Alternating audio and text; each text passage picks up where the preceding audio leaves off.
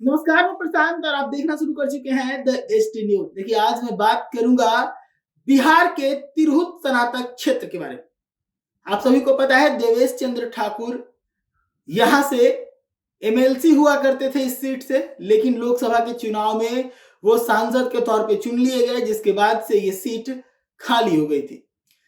अब इस सीट को लेकर सभी पार्टियों के तरफ से अपने अपने प्रत्याशी उतारे जा रहे हैं, दावेदारी पेश की जा रही है, क्योंकि इस सीट पर अब उपचुनाव होना है।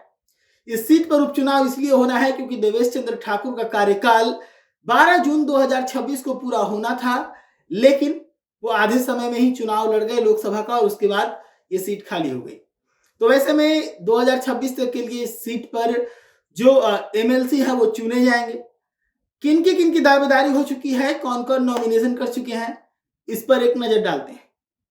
सबसे पहले बात करें महागठबंधन के तरफ से, तो महागठबंधन की तरफ से गोपी किशन गुप्ता ने इस सीट पर नॉमिनेशन, वो राजद के प्रत्याशी हैं और महागठबंधन का यानी इंडी गठबंधन का उनको समर्थन मिल रहा है। दूसरे प्रत्याशी की बात करें तो एनडीए के प्रत्याशी हैं अभिषेक झा जदयू से हैं और एनडीए समर्थित प्रत्याशी हैं। देवेश चंद्र ठाकुर भी जदयू के ही कैंडिडेट थे, तो ऐसे में ये सीट सबसे ज्यादा अहम अभिषेक झा के लिए हो जाती है और अभिषेक झा काफी लंबे समय से इस सीट को लेकर पसीना बहा रहे हैं। लंबे समय से अभिषेक झा इस सीट पर मेहनत कर रहे हैं क्योंकि उन्हें अपने पार्टी की साख बचाने की जिम्मेदारी दी गई है, तो ऐसे में अभिषेक झा लगे हुए हैं। और इस पर दो और प्रत्याशी हैं जो राकेश रोशन और संजीव भूषण, ये दोनों प्रत्याशी भी हैं चुनावी मैदान में इस बार।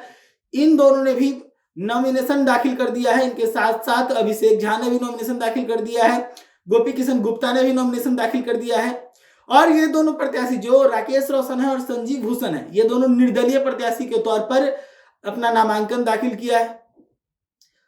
अब इस खेल को और रोमांचक बनाने का प्रयास किया है जनसुराज। आप सभी को पता है कि बिहार में 4 विधानसभा के जो उपचुनाव हुए, उन उपचुनाव में जनसुराज एक बड़ा फैक्टर बनकर उभरा और चारों सीटों पर अपने प्रत्याशी उतारे हैं। मतदान हो चुका है चारों सीट पर, हालांकि अभी मतों की गणना होनी बाकी है। 23 नवंबर को इन सीटों पर मतों की गणना होगी, लेकिन अभी उससे पहले जनसुराज ने एक और धमाका किया।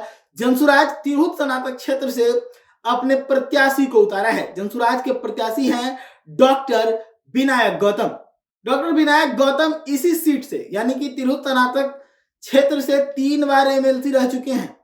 तो अगर देखा जाए तो ये सीट जो है वो काफी रोमांचक होने वाला है। एक तरफ जहां अभिषेक झा जो कि जदयू के प्रत्याशी हैं, एनडीए समर्थित प्रत्याशी हैं, उन्हें अपने पार्टी की साख बचाने की जिम्मेदारी मिली है, तो वहीं पर अपने सीट पर 3 बार के बाद चौथी बार दबदबा कायम करने का प्रयास करेंगे विनायक गौतम। और विनायक गौतम इस बार जनसुराज से हैं, जनसुराज का समर्थन मिला है।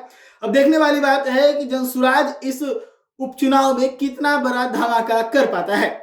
इस चुनाव को लेकर मैं और जानकारी आपको दे दूं कि 11 नवंबर से अधिसूचना जारी हो चुका है इन सीटों पर। उसके बाद से 18 नवंबर तक इस सीट पर नॉमिनेशन दाखिल किए जाने हैं, जिनमें से 5 नामों का मैंने जिक्र किया। डॉक्टर विनायक गौतम, गोपी किशन गुप्ता, अभिषेक झा, निर्दलीय राकेश रोशन और निर्दलीय संजीव भूषण।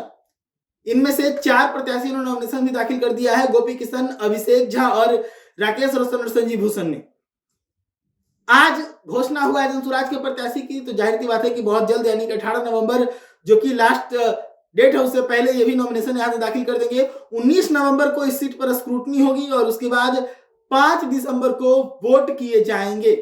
5 दिसंबर को वोट होने के बाद 9 दिसंबर को रिजल्ट आ जाएगा, यानी कि जनसुराज अब विधानसभा के बाद अब विधान परिषद में भी अपने दमखम दिखाने के लिए तैयार है। आपको क्या लगता है जनसुराज इस चुनाव में कितना कारगर साबित होगा? क्योंकि 3 बार के विजेता प्रत्याशी को जनसुराज ने यहां से उतारा है, तो दमक होगी जनसुराज की इस बार तिरहुत विधानसभा उपचुनाव में। लेकिन ये धमक कितनी होनी है, ये तो आने वाले वक्त में पता चले। ऐसी तमाम खबरों के लिए जुड़े रहिएगा द एचडी न्यूज के साथ।